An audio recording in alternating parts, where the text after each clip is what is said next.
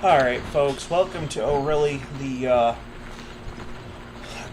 not so early morning this morning video series. I don't usually do Sunday, but events happen, so I could do one on Sunday, so here we are. My name is Zero. So I was scrolling through my YouTube feed, shout out to Doc Rich. Never seen his stuff before, but I saw this video and I was really impressed about what I had seen, and it wasn't so much that I realized that it was true, but it was something that you kind of knew it was true, but you didn't have any proof to really back it up, and no one was actually saying the same thing until you see someone saying the same thing. Here's the thing. A majority of people in this world, in America anyway, I don't really like, I can't stand abortion, but I like the fact that it does present this paradigm where I can actually show you what I mean. Alright, so in kind of no uncertain terms, abortion has like three different camps. You have your pro-life, which is more what I lean to, right? You have your pro-choice, which is actually more, it's less pro-choice, it's more pro-abortion, like, all the time, right? And then you have the normies in the center, which is like your largest margin of people that are voters and non-voters alike, right? Like, people who generally, I'm going to call out on Asmongold about this when it comes to gaming stuff. They're your 9 to 5 workers who only care about this stuff when the poll season rolls around and they have to look into stuff, or they vote based off of what their family votes or what the news tells them to, which I think are both stupid options. You need to make up your own mind for yourself. But I understand where time constraints and not having necessarily the time to sit down for 2 hours out of like a day, pick your issue that you want to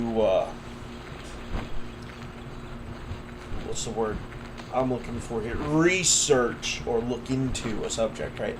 I get that not everyone has that time. That's fine.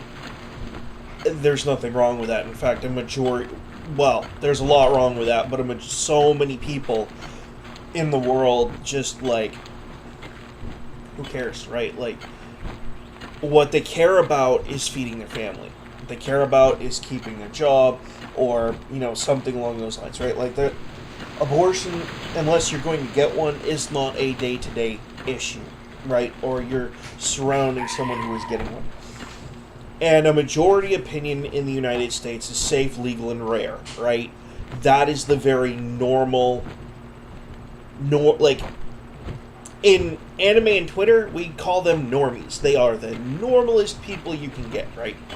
But once you go outside of that bubble, you get into the political action groups. You have the freaks in Twitter on the left, and then you have the geeks on the pro-life side on Rumble, right? And in the middle is just like people who miss old school YouTube and old school Facebook, right? They remember the wild, wild west of the internet, the way that it was, how bad it was, but also how free and liberated it was, and they miss it. Like, that's a majority opinion for, like, normal people, I believe. And then you have the, like, far reaches, and the only reason that people bleed off from that center thing is from indoctrination from either the left or the right. And I have to remember, that because I work on vehicles, and when you say left or right, it depends on from inside the vehicle or facing the vehicle from the outside. That's why when we're referring to vehicle locations, instead of saying left or right, we say driver side or passenger side instead. It's just more clarifying, and fewer people. I know there are going to be some auto mechanics out there that say, you're stupid if that's a problem for you. It was never a problem for me until a 30-plus year auto mechanic brought it up to me in the first place when I asked him left or right.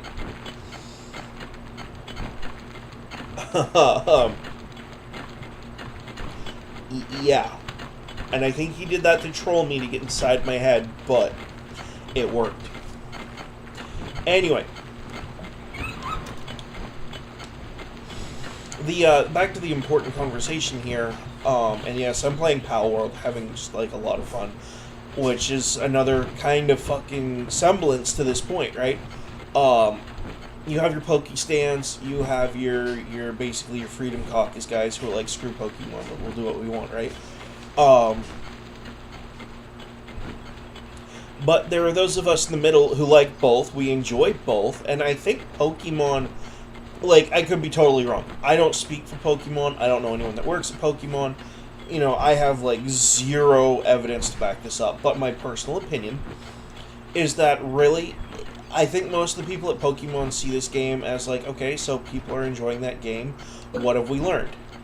I really do feel that, like, yeah, Nintendo has a very vicious and ugly litigious history. It does. Like, you can't just disregard it at this point. It is a thing. It's a thing that, you know, every game dev, whenever they make a game, has to consider, well, how much anger am I going to get from Nintendo for doing this thing, right? We all know that it's a thing. Like, as much as I hate to say it's a thing, too, because, like, I remember, like, back in, like, the 90s, Nintendo was, like, the cool company, right? And a lot of legal beagle experts and gaming history buffs will be like, well, technically speaking, Nintendo was never cool because of X, Y, and Z. Well, you know what? Nintendo has had its issues in the past. I'll admit to that. But, like, compared to now. Compare it to this very moment. I need to make nails ingots. And my response to that is, yeah, sure, okay. You can argue your way into or out of eating a ham sandwich, right? Like, it doesn't matter what you argue, but the reality is that when you compare the 90s Nintendo to now Nintendo, like, they have been legally emboldened to borderline, not that they are misusing, but borderline misusing IP laws to their own advantage for a long time now. And to be honest with you, I kind of feel like it's not really a problem per se, but it's getting to be a problem to a point. Like, at some point we need to acknowledge that there are flaws in the copyright system. Plain and simple, like, flat out. There have always been issues with the copyright system. Copyright laws, intellectual property laws, they're just not, number one, they're not enforced the way that they should be. Number two, they're just not that great. But anyway, back to the point here. Doc Rich did a video reacting to another couple of videos about, and actually I think it was just a video, about going to a Donald Trump rally and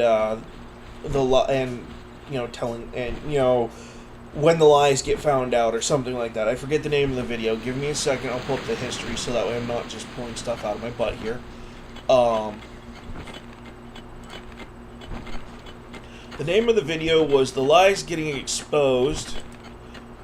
What We Heard at a Trump Rally Will Shock You." Alright, here's the thing. The thing that people don't understand is, like, once you get past all the never Trumper BS, once you get past all the leftist insanity, right? Donald Trump, his policy points. There was nothing wrong with a single policy point that he put across except for one, and that was the bump stock ban.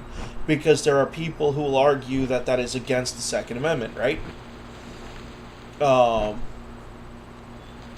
So, at the end of the day, what you have is a normal guy who actually had some very normal points. Building a border wall or securing our southern border, actually, I'd argue securing all our borders and airports is an important thing to do. In fact, you could sit there and argue that Donald Trump's a racist all you want, but, you know, even a broken clock's right twice a day. And he just happened to be right more than twice a day. So he's kind of like a clock that's going backwards. He's right a couple of different times, right? So that's one thing, right? He wasn't so right on the bump stock ban, I don't think. Although, personally, I don't like bump stocks. I think it's like, why would you turn a gun into a super soaker that has, like, zero accuracy because you can't hold the gun the way that you're supposed to and you're relying on recoil to refire the gun, and it's just like, it's not the same as a full auto trigger. It's not. And it does make for a more sloppy, like, shot pattern. And anyone who shoots a gun will tell you that, yeah, it's a more sloppy shot pattern. Right?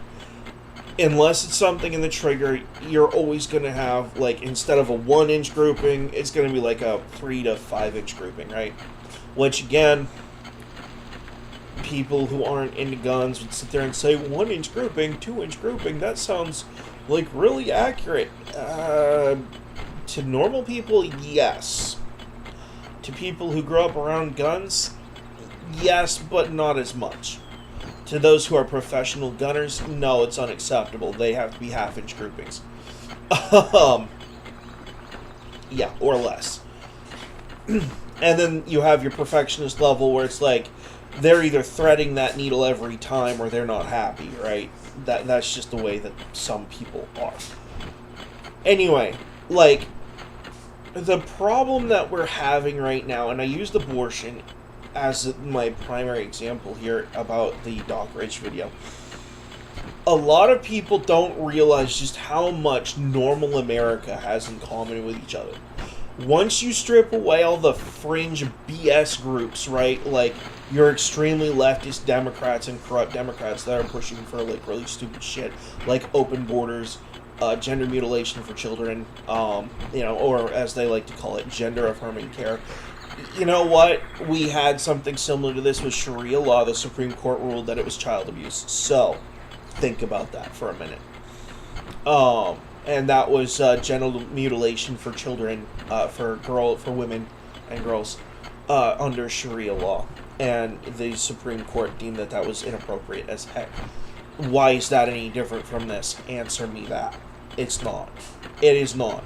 It is the same It is the same thing as the state cannot force you to undergo a surgery, which is why we can't castrate sex offenders. It sucks that we can't do that. Alright? Personal opinion there. A lot of people out there would say I'm a cruel human being for saying that. And YouTube would probably strike this video down, just like outright for saying it. But that's the court ruling, right? And my personal opinion be damned, that doesn't matter. In this country, it is illegal to castrate sex offenders, be it the state, the government, or other people. That's the law. That is the law of the land at this point. And it's the same thing with the Sharia law, with the removal of certain female reproductive parts. And it should be the same thing with transgender surgeries for anyone under the age of 18. Period. Plain and simple. And there's another element to this too. If you're under the age of 18, it is federally accepted that 18 is the age of consent. There are some states that say it's 16, but when you look at the federal accepted standard, it is 18. Alright? They can't consent to doing adult things under the age of 18. You can't have someone under the age of 18 is not supposed to be smoking, drinking, voting, and according to some states, although I don't agree with this last one, owning and firing a gun. Well, maybe the owning a gun thing, maybe not so much, but firing a gun I think should be acceptable, because I was raised in that kind of culture where, as a kid, I learned gun safety early and responsible gun use. Like, yeah, that was a part of my upbringing. And yes, I rag on my dad about the Wellbutrin bupropion medication thing being forced down my throat growing up. And as an adult, I really wish he didn't do that, and I would never do that to my kids. I don't care what school says what. At that point, I'll just homeschool my kids and screw the pills. I'll throw them out the friggin' window. And that's literally my viewpoint on that. Medicating your kids is never the answer. If you want to sit there and say, oh, well, there's some exceptions, fine. There's an exception to every rule. But the exception quantifies the rule to be more accurate. The exception proves the rule. So, yes, shove it at that point. I was a 90s kid, and as every, late 80s to, early 2000s kid knows, That was the, oh, your kid's misbehaving a little. Here's some pills to shove down their throat. That was that time frame. And it probably went before that too. But that was the time frame for that. Right? And, like, we're not talking about no 25 milligrams of Wellbutrin either. We're talking like 150, 75 to 150 per pill that I was told I had to take twice a day. Once in the morning and once at night. So, I mean, yeah, you do the math. Go figure it out. Go do your research and statistics on the stuff.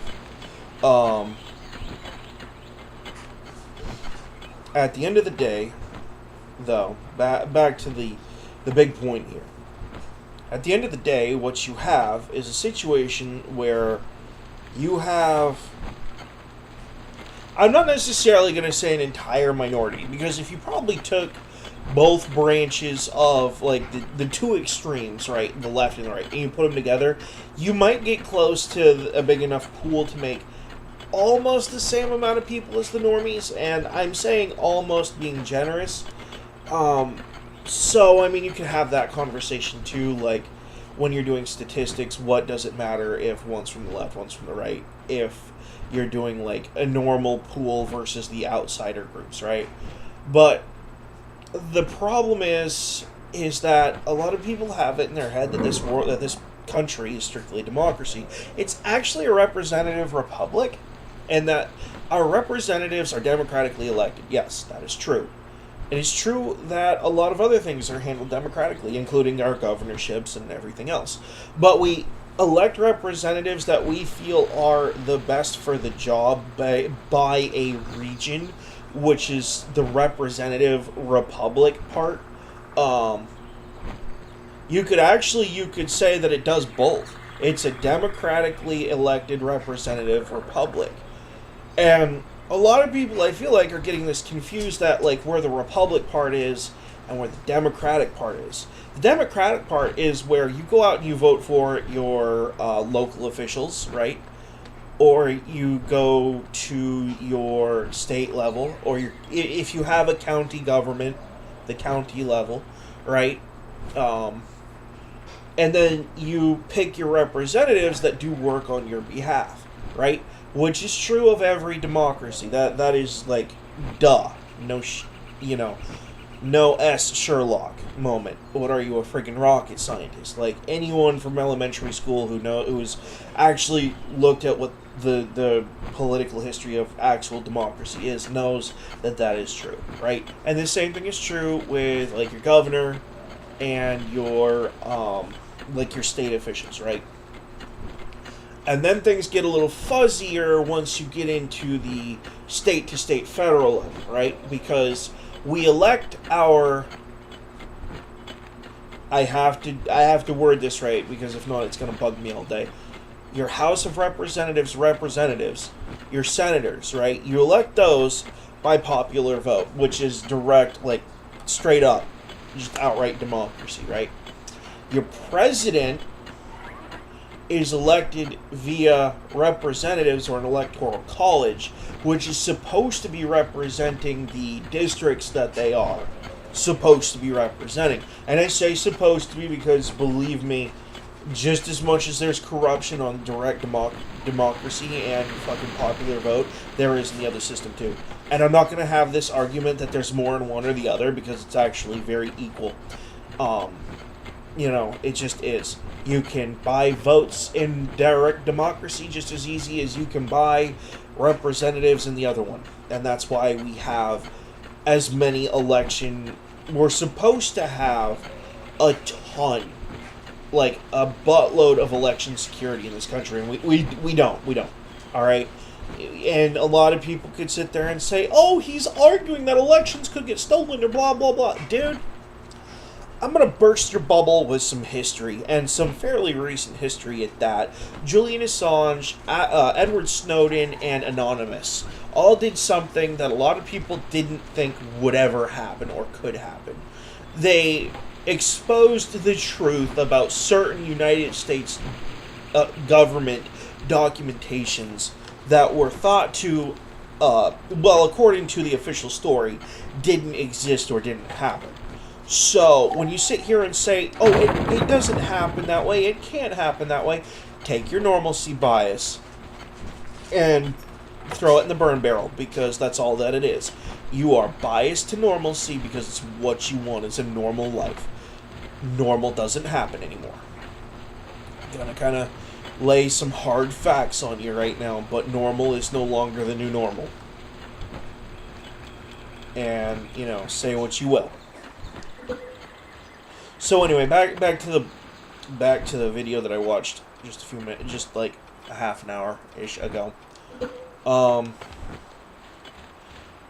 don't know who Doc Rich actually is, but props for reacting to this. I think that it's a good point.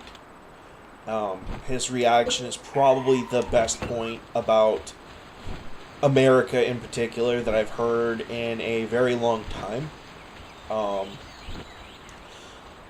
A lot of people like to sit there and claim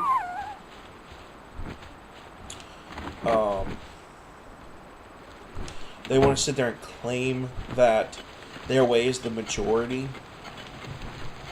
The fact is that the majority is never what either side is claiming, right? Like, the majority is actually always going to be very centered. But they feel like they have to vote one way or the other based off of popular trends or, acts of violence that happen in a country, i.e. the stupid Summer of Love stuff that people thought were like a majority of people, when in fact it was not a majority, it was just a plurality. And if you don't know what that word means, whip out a Webster's dictionary and actually read a book for once in your life. I do not have time to sit here and describe the difference between majority and plurality to people, nor will I. If you're that uneducated about it, educate yourself. Go grab a dictionary and read it. I would argue that it's a large plurality, but it's not a majority, right? Like, you're not going to sit here and say that either left or right is a large majority, because the largest majority opinion in this country, do you know what the largest majority opinion in this country is?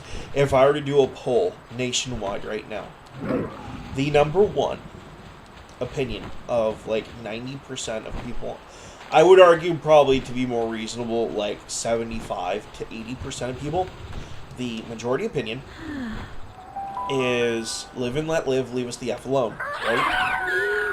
And that's just as true in third world countries as it is here. Like, you're not going to tell anyone otherwise and be intellectually honest, because you're just not. The reality is, people in general want to be left alone just on the principle of,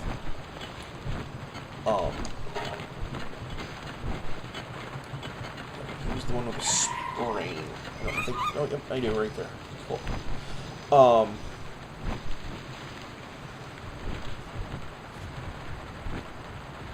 Okay. He did not want his meds.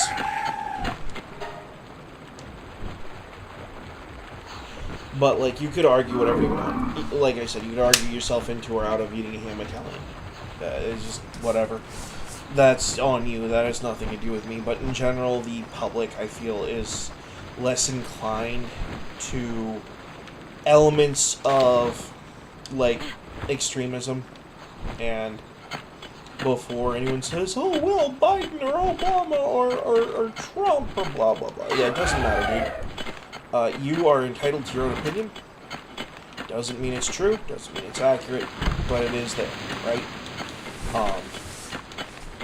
At any rate, back to the, I wish I could find a little fox smart dude so that way I could give him his meds.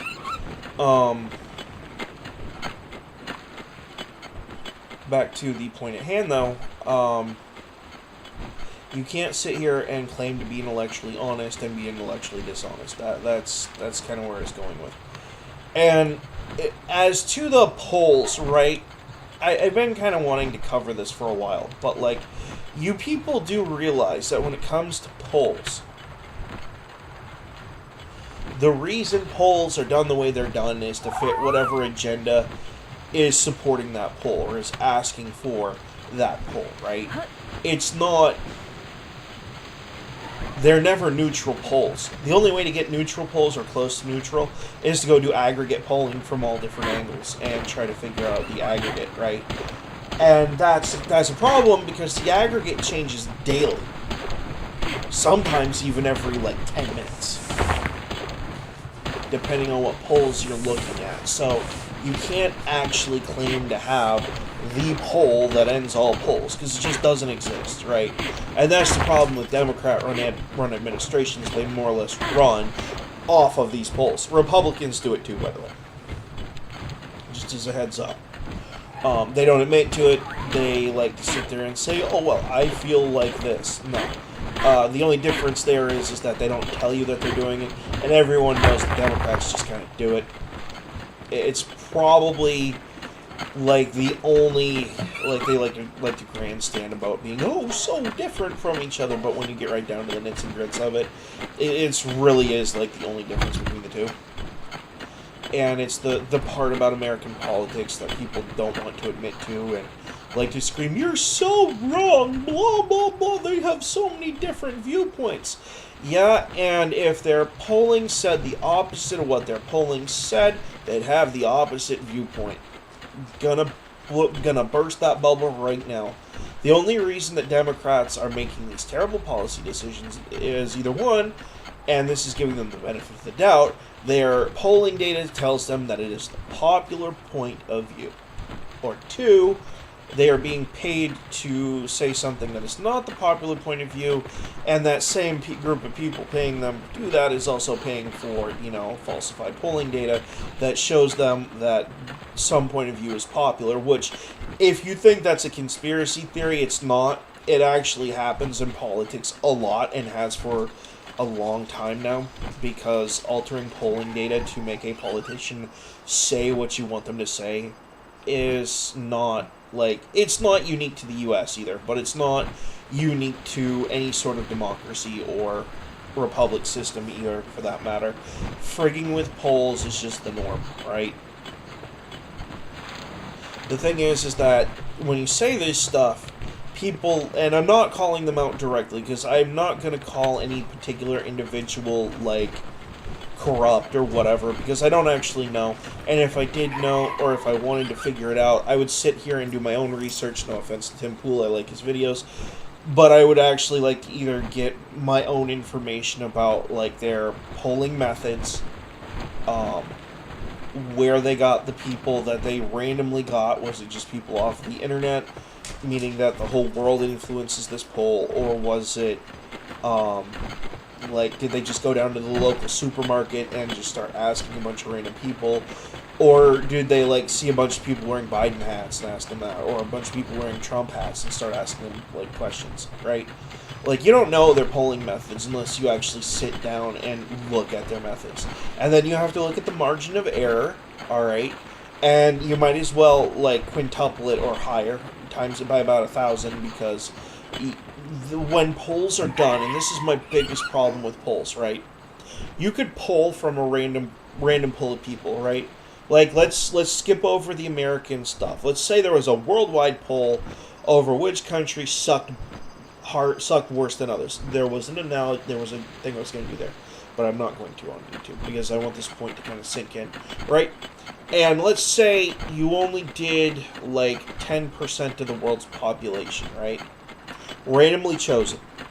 Well, you only did 10% of the world's population. Those viewpoints are only accurate to those individuals of that 10%. Anything past that 10% is literally just a guess. It's a slightly educated guess, but it's not 100% accurate. You could argue that it's, 75% accurate, or 80, or even 90, but you'll never have 100% accuracy, period, in polling. And that's the problem. When you're dealing with stuff what's the word here? Matters of international diplomacy and constitutional rights and not marginalized ethics issues prison reform and stuff like that, right? Polling 1,000 people on it from different states is fine. But those opinions are only viewed by those 1,000 people, and they might be shared amongst by other people. And yes, you could say, oh, well, it was like, 75% to 25%, which should be indicative of... It should... The problem is in your statement, you just made your own problem right there. It should be. Should is not an absolute, and you need to have absolute facts. Like... And this goes to election integrity, but I'm using polling for now. The should is not good enough anymore. It has to be accurate within a 99%, like, within 1%, okay? On this stuff. Otherwise, you're always going to have someone coming out and saying, yeah, well, your poll's skewed. I'm sorry you don't want to hear that, but it is true. But at the same token... I am going to say, number one, 300 million people in the U.S., or actually more than 300 million people in the U.S., doing a poll for every single one of them every single day, we'd have more pollsters than we'd have anything else, and every single American in the United States would treat them like we do our telemarketers, or worse, they'd be treated as just general straight-up harassment, right? We all know that's true. They would get ignored, trolled, lied to, And that's another problem with polling data is you have people who are, like, maliciously, like, anti-poll, like myself. So when they get a call about a poll, they answer it and the pollster will start talking and my answer to them is the F off. Just about as loud as I can into their ear over the phone because I don't believe in doing telephone surveys or polls. I don't believe in telemarketers and even machines. I will leave it running and... mute my mic on my phone, and I will just leave it to sit there until they hang up. Because I believe wasting their time as much as humanly possible, so that way it drags on their whole day and turns it into an absolute crap storm of just dragging their heels. Anyway, yeah. Back to it though. We have this problem in our politics where polls are viewed as the be-all, end-all. No one looks at the margin of error. No one understands that polls are not the be-all, end-all. No one wants to sit there and have a conversation about how dishonest certain polls are held.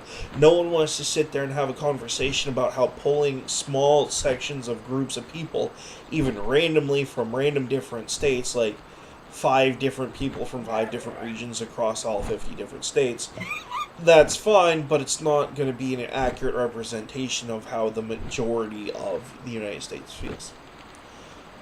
And that's the truth. You're only doing 5 people per state, with a couple 100,000 people, or 5 people per, county, right? And with, 5,000 people, well, no. It's probably closer to, 500,000 people in certain states, right? That's not even remotely enough. It's just not. It's not, and it never will be, right? And the problem with polling is that it relies on this kind of plus or minus, right? The problem is that you can't sit there and say, unless you do aggregate polling, where you do, all the polls in an average aggregate system to figure out roughly where people are at, then it just makes no sense. It does. It makes no sense because it doesn't work. Mathematically speaking and statistically speaking, polling does not work. Okay. We saw that in 2016, too. A lot of people out there were pointing to these polls that Hillary Clinton was supposed to win. She didn't. And really, when you get right down to it, the only poll that matters is the November 9th poll when it comes to the President of the United States. That's the reality. The November polling, when you go to vote for or whenever your state does their voting, right? And I'm not talking about the presidential, I'm talking about, your local stuff, too. When I say whenever your state does your voting, you can look at all the polling data you want. You shouldn't be voting based off of polling data. And that is a problem. If you're voting based off of polling data, rather than going out and, looking at these issues on your own, and making up your own decisions, then you're not voting based off of your opinion. You're voting off of what some pollster says your opinion should be. That's not... No, that is not what the Founding Fathers intentioned. That is not what the system is how the system is intended to operate. It is intended to be that you go out, you pick the issues that matter to you, you research who stands for what, and you vote based on that. Like, that's how it's supposed to be. And then hopefully that vote translates upward into the further reaching, reaches of government, moving upward. That's the way it's supposed to be. That's not necessarily how it is. Corruption exists. You have, people who say one thing and do another. It's just like, pick a thing, right? But you just, like, don't sit here and lie about the system and say, communism would be better. No, it wouldn't. Mao's China, Soviet Russia, Cuba, and you can just keep right on going with every single communist system that's ever been tried. It doesn't work. We all know it doesn't work, and anyone arguing to the contrary is just brain dead. Has never looked at a history book a day in their life. And, I'm also going to point out that stupid old talking point that certain European nations, and we all know the usual suspects, are quote-unquote communist or socialist. No, they're not. They actually claim that they aren't, and they outright prove to you that they are not. Go find their propaganda for it. Go find the actual details about their individual political and legal systems, and they will show you where you're wrong on that assertion. You can substitute reality for your own reality all you want, but just remember that as long as your reality doesn't coincide with reality, you're going to inevitably have that particular rug ripped out from under your feet, and you're going to end up on your butt. And it's just how it happens. It is, right? But, majority of people in the United States are very center. Some people like to say center-left, center-right, blah, blah, blah, blah, blah. The reality is actually a lot of Americans aren't even political by their very nature. Actually, they're not center, left, or right. They're so far outside of it that when you come to them with these issues, a lot of them, and more every day, kind of look at you and say, I don't effing care anymore because I'm tired of hearing it. I'm tired of it being in my life every flippin' day. And all people do is whine and complain and don't actually do anything about it. And then they go back to working their job or creating their entrepreneurial endeavor, right? And they generally tell you to go cry in a corner because it's about all it's worth, right? Pontificating on all this stuff is, like, useless. It is. Polls are useless. Pontification is useless. Actually having a record to back up your stances is a great idea. It is. See, really the only way that people can trust you. You have to build up that trust at this point. Like, we are done with politicians and their 40 years of claiming they did stuff, only to find out that they plagiarized a speech or two and copied like half of their policy stances off of the guy sitting next to them, and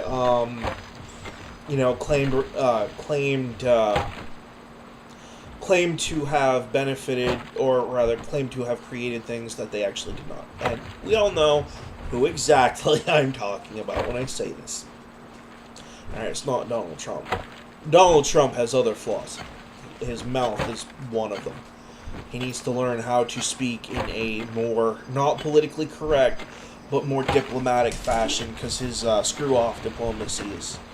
Well, while it's the one thing that keeps the world thinking, hey, this president is, like, totally unstable, we can't trust him, he has one of the world's biggest nuclear arsenals under his friggin' thumb, we better watch our friggin' step. While that did prove advantageous for a little while, it kind of also could be a little bit of a detriment if you're looking to do things peaceably and actually have them stick.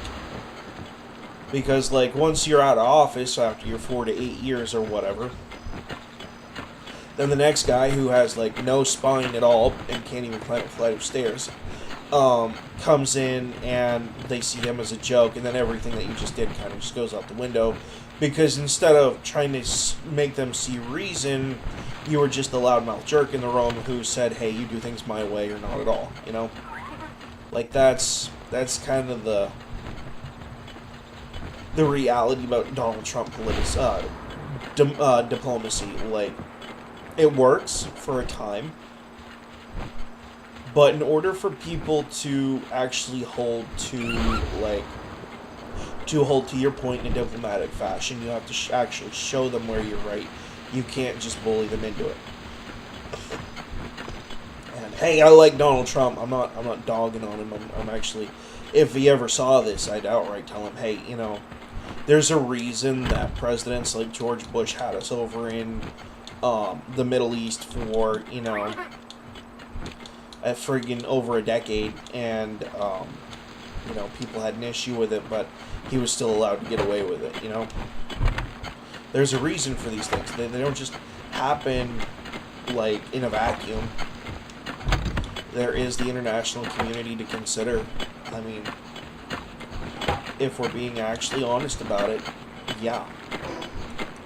There are some things that need to be considered, like, sometimes being able to talk political speak can come into a benefit, especially if you are... Man, I wish I was that far in this game.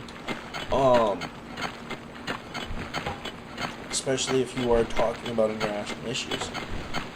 Oh, by the way, I'm kind of going to say something. Yes, all of my crafting stuff is outside of my base. There's a reason for that. I went to bed last night, woke up this morning, and woke up to my previous house and base being completely destroyed, with all of my legendary blueprints being erased as well. Yeah. I wasn't really too thrilled about that, and it was not because of an update. Like, I really wish it was because of an update, because then I could at least shrug it off and say, you know what, updates happen, blah, blah, blah. This time, it just happened to happen, It's like, screw the guy trying to enjoy the game kind of thing, Good Spider-Maning on the wall, I know I jumped, but... Anyway, yeah.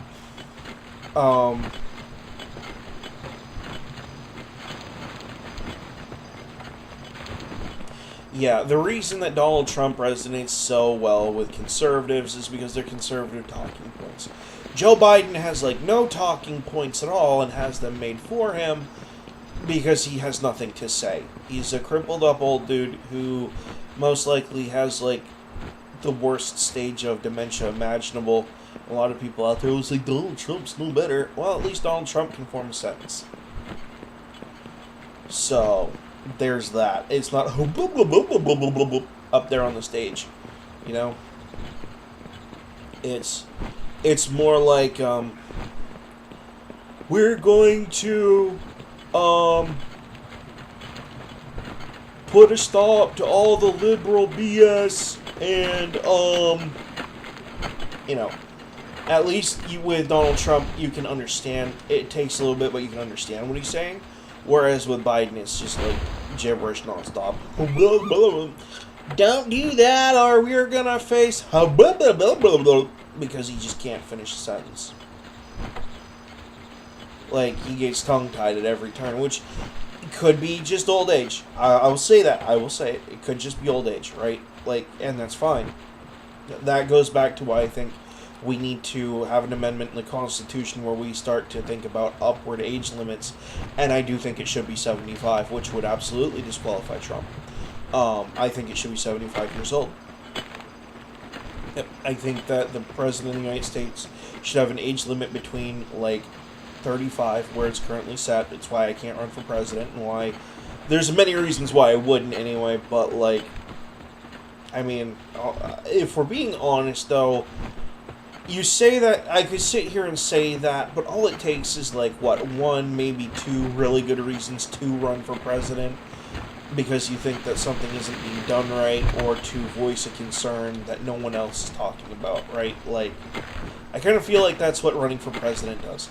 Unless you're Nikki Haley, then you're just running for, special interest groups and foreign groups that want endless wars, in which case, beat feet elephant scum. And I'd say the same thing to a Democrat. Beat feet, donkey breath. No one wants you around. Anyone advocating for foreign wars or intervention in foreign wars at this point, really? You can't just talk these issues out like we have done for how long? It just shows that you're inept. It's all that it does. It shows your ineptitude at leadership. Your lack of ability to lead. which we don't need in the United States president. Sorry. You Biden fanatics out there might not like it, but it's the truth. At least with Trump, we didn't have, we had a foreign war, but we were actively being removed from it very slowly and methodically, because you have to remove yourself slowly and methodically, or else you end up with the Biden-esque disaster that was the Afghanistan withdrawal. And that's the truth. People don't want to hear it, but that withdrawal was just outright. He was aiding and abetting. Like, people don't understand that. Our current president is guilty of treason like twice over now, and we still haven't even begun to talk about it. He left active weapons and equipment, military equipment, without a mission of denial of asset to the enemy at all. At all. And before you say, well, it's Afghanistan, we don't have enemies over there. ISIS, Taliban, etc. Yeah, yes, we do. We do. And there are probably about 500,000 other terrorist groups that I'm not remembering. But the reality is that by leaving that equipment there without having a mission to denial of asset, the equipment that we left behind, yes, he absolutely did order the United States military to aid and abet an enemy of the United States that has been designated as an enemy of the United States since before he was elected president. So therefore, yes, treason and sedition. The southern border, a lot of people like to sit there and say, oh, well, it's just illegal immigration. It's not the same, right? Actually, it is. Here's the thing about sedition and seditious conspiracy. When you conspire as the president to not enforce laws, right? Like laws that are officially passed by Congress and have not seen the sittings in Supreme Court, right? Problem with immigration laws is they have seen sitting in the Supreme Court, whether you like it or not, all right?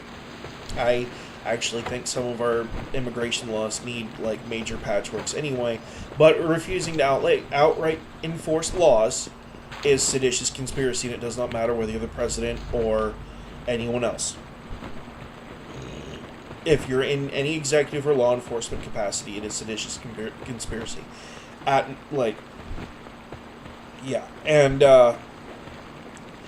to those who are, pulling the I'm just following orders thing, that's no longer a good enough excuse. It isn't. That is not an excuse. You know right and wrong. You know the difference from right and wrong. You're choosing to do wrong instead of going out and getting a different job. All right? You are making that choice for yourself against the country. You are just as guilty as leadership is. And I don't really care what people have to say about it, about how cold that sounds or whatever. What else is cold is watching thousands of people drop from fentanyl overdoses and, violent criminals passing over the border and people who aren't even from these countries crossing over the southern border. That's another thing that really should be cocking eyebrows. We're talking about hundreds, if not thousands, of people who aren't even from that region. They're from overseas that are using that border to slip across. All right? That's unacceptable. It is absolutely unacceptable. Period. We have legal entry into this country via the immigration process. It's been set up by our Congress and our Senate many years ago and has been vetted by the Supreme Court probably a couple of different times. Albeit, I think that it needs to be patchworked for the modern age. Number one, we need a better vetting system. Number two, we need a better computer system to manage this stuff. There's, obvious improvements that could be made, right? That'll never get done because every time you mention the word budget or anything, some political action committee or some politician or a group of them are going to get together and say, oh, well, we don't have the money. Okay, so you're telling me a small database that probably amounts to a couple terabytes of data. That's with, pictures and maybe a little bit of evidence, You mean to tell me that accessing Interpol, like you're supposed to be doing, and getting these requests back from Interpol and other international agencies about possible threats and considering these threats bringing them before an immigration court. I understand there's a lot of them. There's a lot of people. But you mean to tell me that doing that with the information and the information processing capabilities... Dude, we have AI already. We have generative AI already. You mean to tell me that, like, 5 million people coming across the border, and you can't vet every single one of them coming across the border because you can't get funding? It sounds to me like someone's embezzling somewhere. If I were working in a business and my business was immigration, right, and I was given billions of dollars as a budget, I'd be looking for an embezzler somewhere. Abso-flippin-lutely. Yep, I'd be wondering where that money went. Yep. That's exactly how I feel. Yep. Because my laptop with the 2 hard drives that I have externally attached to it, and bear in mind, my laptop's some crappy Walmart Dell, like, HP Pavilion, who gives a you-know-what, and this is what I'm streaming to you on, would have enough processing power to run that list. And you're telling me that a cheap, like, $400 laptop from Walmart and a couple of hard drives, again, from Walmart, can't process these people with their information when they get to the border. Instead, you're going to throw them in a bag and do that. Like a laptop. Excuse me? Like, excuse me. No. There is embezzlement. I swear there's embezzlement going on somewhere. I have nothing to back it up. Just the fact that we supposedly don't have the budget for these things, and we don't have the employment numbers for these things, and it's like, well, maybe people don't want to go work for Border Patrol. That I get. But, like, you're going to sit there and say that you can't process people legally and safely into this country using a wall and entry points. It doesn't just have to be one entry point either. I'd actually argue that you can have a wall and there should be probably 3 entry checkpoints per 100 miles, 200 miles, something like that. Even if there is nothing there, it's just a desert. Yeah, sure. Okay, fine. Have them line up in a single file line, have them present their papers, and have them do it the right way. Have the system there to vet these people. That's really all people are asking. And, I mean, yeah, there are some people, both left and right, by the way, there are people on the left wanting people deported too, just outright because they weren't born here, right? Whether they are here legally or not. And before you say, where's the proof that that happens? Dude, live in Maine. I had a guy at one point in time literally in a car with the coexist sticker, the equal sign sticker, and 30 other liberal bumper stickers, and was arguing about gun control and how gun control is going to save lives and all this other stuff. And then turn right around and say, but every illegal in this country, every immigrant, not illegal, every immigrant, anyone who immigrated to this country needs to be gone. And I'm just sitting there dude, what? No one but you believes that. And I may have just found the, one unicorn guy that's just, so far off kilter, he's just way out of touch with his own political faction, right? But, I found one. Trust me. And they exist. They might be few and far between, but I'm sure they exist. I found one, so I know for a fact at least one exists. And where there's one, there's probably more. No, but really though, yeah, I actually do see some of my political opinions as somewhat extreme. And I do. I know they are.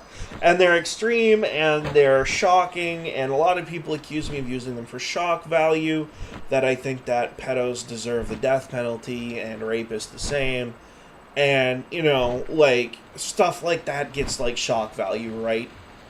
And I get I get called guilty of being a shock jock, whatever you want to call it. Literally just making shock content when I say stuff like that. But, it's just my opinion. You don't have to like it. And, yeah. I think that about does it, though. Very middle this country needs to be, and always is. I am going to say a comment before I get off of here about the southern border, though. don't go there unless you're law enforcement. And I'm echoing what Tim Pool said. Here's the thing. Yes, this is an issue that we all need to be invested in and need to be talking about and need to be voting on, right? But there's a story that goes around, and it's true. All it takes is one slip up or one shot fired, right? Like, a lot of people don't realize that, but a lot of conflicts are not just started by just the one shot. There's usually years of build up, but like when you get to a certain point, all it takes is the one shot. The shot heard around the world, right? And that is a real effect too, by the way. And all it takes is that, and then you have it's like hitting a tree with a lightning bolt. It's never gonna end well for the tree. And the tree being, the United States. It's worse than a shock because it shocks and it burns and it agitates, right?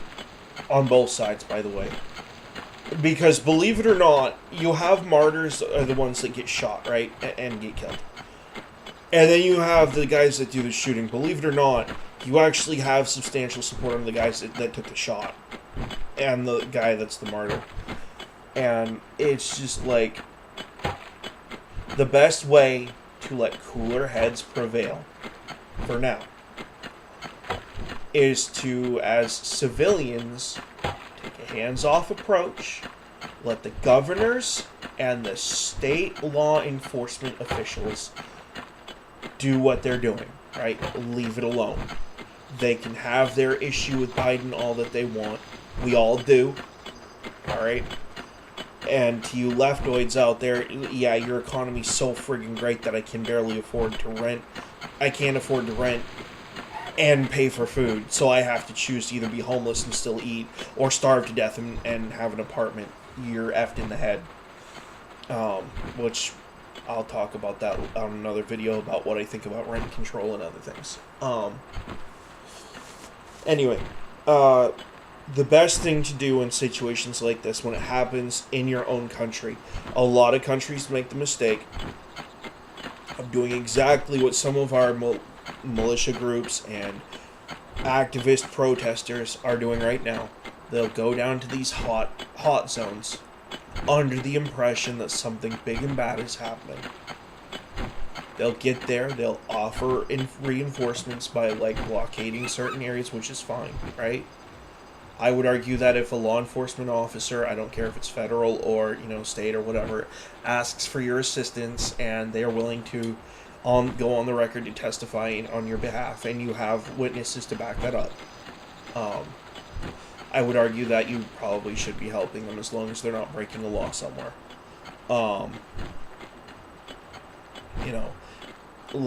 Not for the pat on the headisms or you're some kind of head scritchy fanatic, right? But if they are trying to uphold the law, then yes, you should be assisting them in that. Absolutely. And a lot of people out there would say, well, when have you ever done anything to assist anyone other than yourself? Good point. I'm going to argue that point because I know you're right.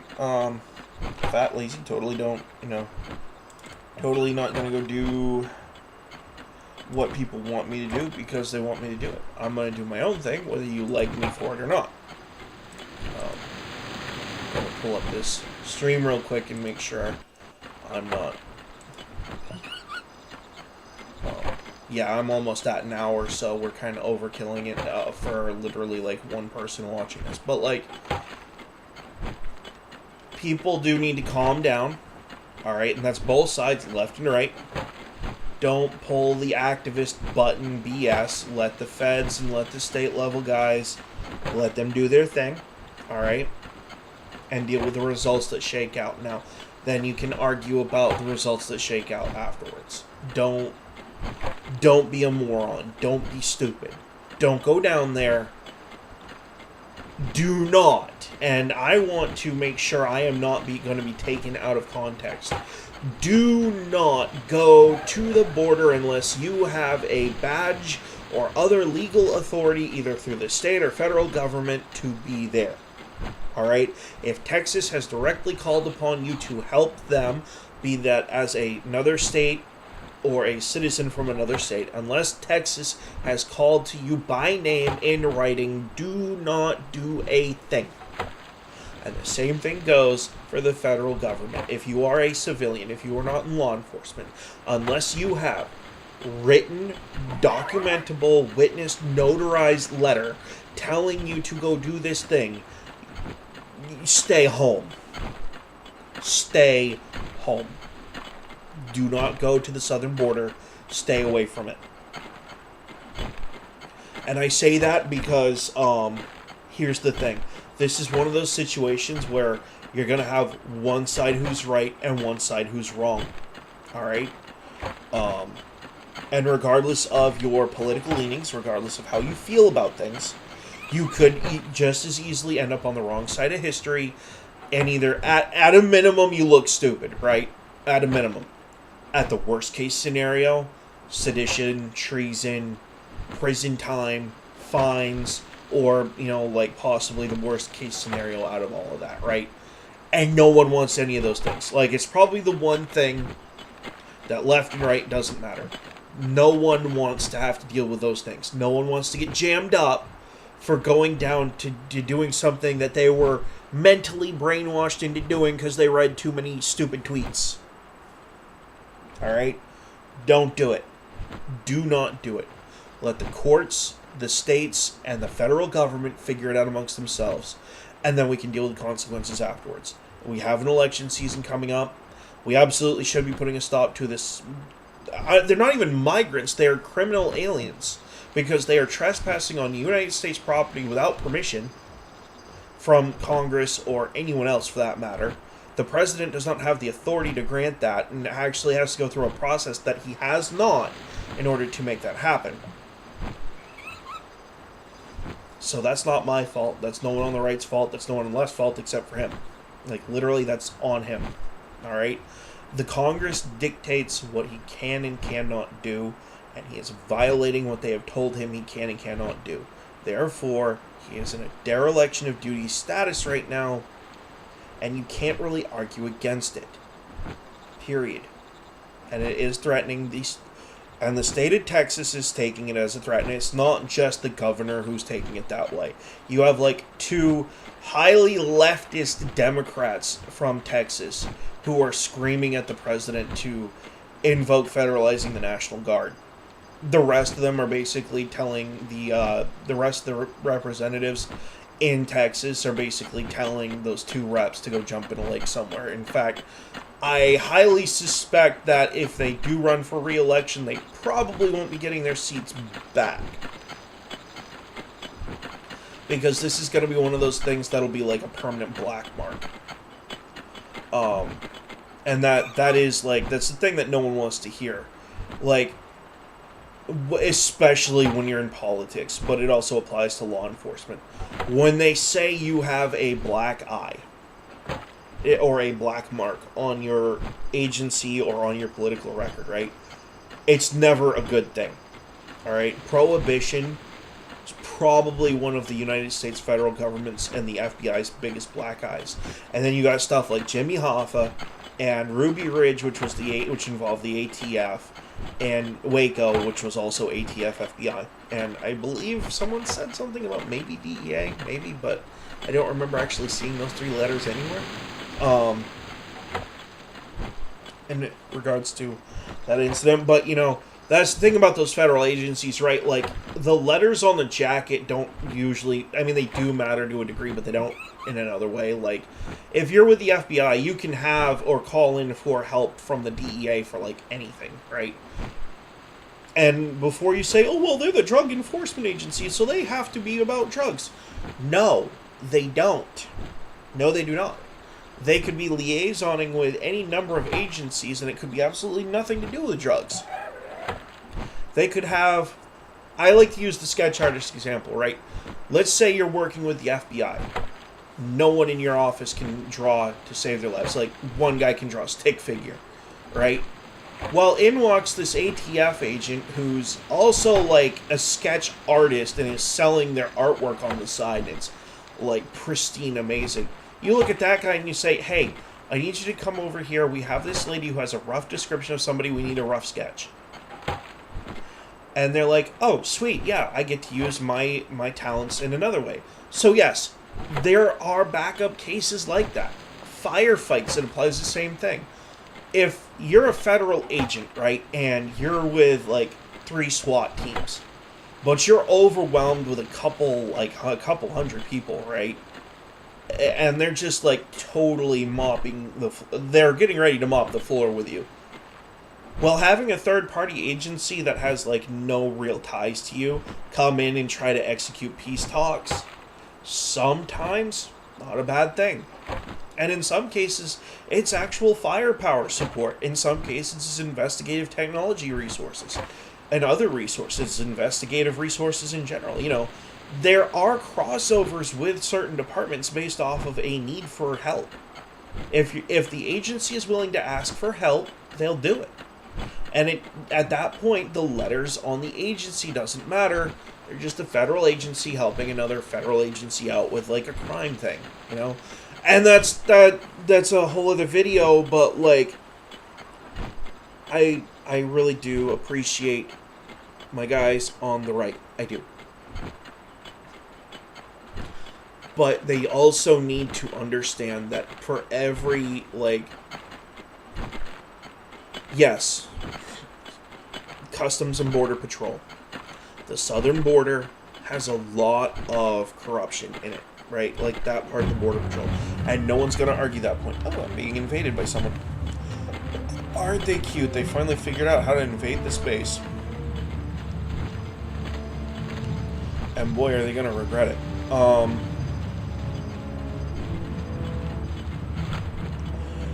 But anyway, like, here's the thing.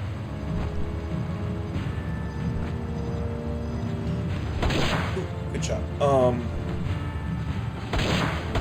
Just gonna get a couple of pop shots in to try to lower their health a little bit before my pals have to. I think I might start putting a little bit of wallage up.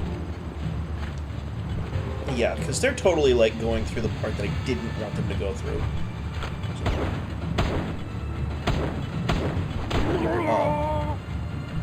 I mean, these guys just don't know what they have coming to them anyway, because, like...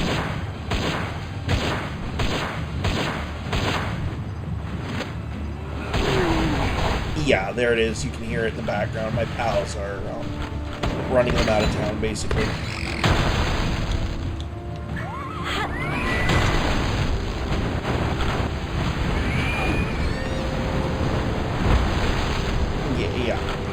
This is not going to end well for the Syndicate, guys.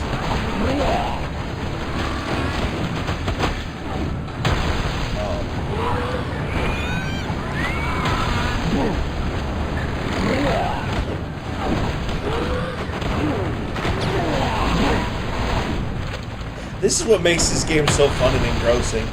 But yeah, keep it middle of the road. Stay away from the border if you're an American civilian right now. Just kind of let it play itself out and decide what you want to do after it's all figured out. Figure out what faction you're going to support. Like, don't be in the history books, like, in a bad way, I guess is what I'm saying. Like, be the guy who uses their brain, and when people say to stay home, stay home. Like, it's not even that hard. It's the easiest thing to do. I'm doing it today. I'm staying home, playing Power World. I freaking love this game. And Nintendo, don't screw this up for me. I'm having fun. Oh, I want my intellectual properties. No, I'm having fun. Like, just at, like, the childish level. Like, that's where I'm at on that whole debate, right? Ooh, injuries. That's not good.